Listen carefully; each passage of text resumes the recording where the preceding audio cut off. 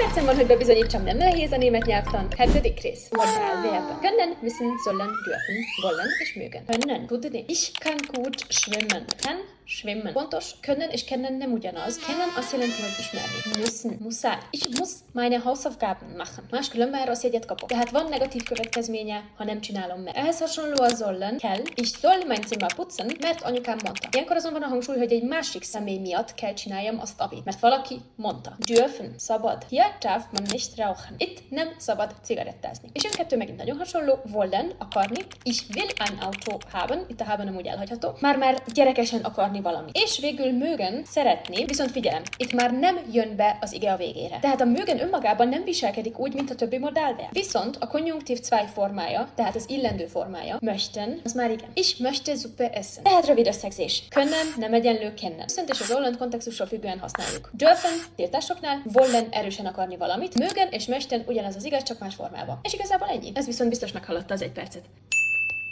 Holnap jönnek a vidész.